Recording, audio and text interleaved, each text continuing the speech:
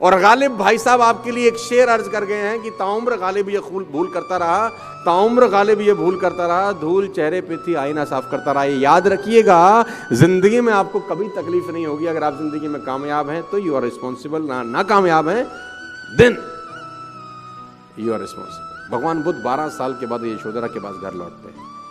भगवान बुद्ध 12 साल की तपस्या के बाद यशोधरा के घर लौटते हैं और अपने ही घर में भिक्षा मांगने जाते हैं। दरवाजा खटखटाते हैं, यशोधरा ने दरवाजा खोला। अब वो भगवान बुद्ध को देखकर अवाक रह गए। 12 साल के बाद देखा था। बुद्ध ने कहा भिक्षाम देहि। तो यशोधरा को बहुत गुस्सा आया, क्योंकि बिन बताए गए थे, रात को उसको सूता छोड़ के चले गए थे। तो वो बुद्ध हो गए थे, वो परम ज्ञान का अनुभव हुआ।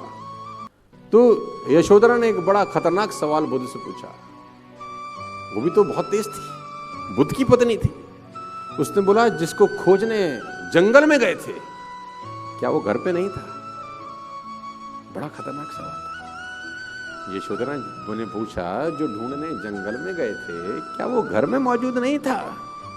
भगवान तो हर जगह है। तो मुस्कुराते हुए बुद्ध ने कहा घर में मौजूद था। बोला फिर जंगल क्यों गए?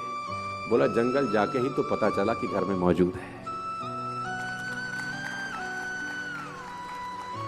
जंगल जाके ही तो पता चला कि घर में भी मौजूद है। तो सब कुछ इनबिल्ट है दोस्त। जितने भी लोग यहां पर बैठे हैं, यंगस्टर 20, 22, 25, 30 साल के दोस्त मेरे, कभी भी जिंदगी में किसी को ब्लेम मत करना अपनी असफलताओं के लिए। ये करके आप रास्ता बंद कर रहे हैं। क्यों? क्योंकि जब आप किसी और को ब्लेम करते हैं तब आप खुद पे काम करना बंद कर देते हैं, क्योंकि आपको पता है कि काम इसकी वजह से खराब हुआ तो यही ठीक करेगा, और उसकी वजह से खराब हुआ नहीं होता, हुआ आपकी वजह से खराब होता है।